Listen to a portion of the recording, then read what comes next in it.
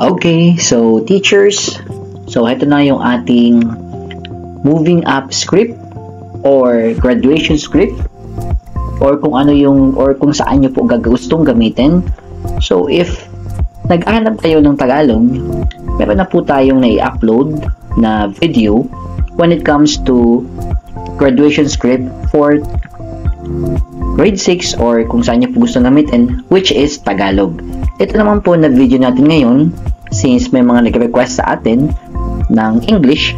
So we have here an English script, moving up script, or graduation script na pwede nyo pong gamitin. So ito po ay nakabase ngayong school year 2023 to 2024.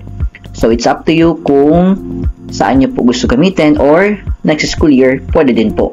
So pwede nyo po itong i-download kahit hindi kayo MC ngayon as your file copy kasi for sure baka next time kayo naman po ang maging MC. So ito po may mga blanks dito, i-edit nyo na lang po siya. So ipapakita ko po sa inyo yung mga laman. Yan. So ito po yung ating script. Sunod-sunod po yan based sa program. Teachers, if you want the graduation program, meron din po tayo nito. Nandyan po sa ating mga uploads, recognition program, graduation program. So, kayo na po ang mag-download. So, ito po pala na ating file ay libre lamang. Okay?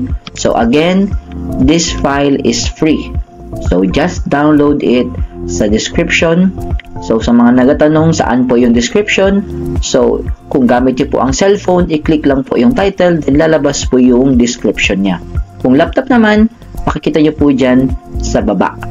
So, i-watch nyo po ito, then kunin ang password na ipinakita ko sa video ito. Then, yun ang gagamitin nyo once i-open nyo ang link ng soft copy. So, again, it's all free. Kung gusto nyo po mag-download or mag-comment, just feel free to comment and like or subscribe yung ating channel.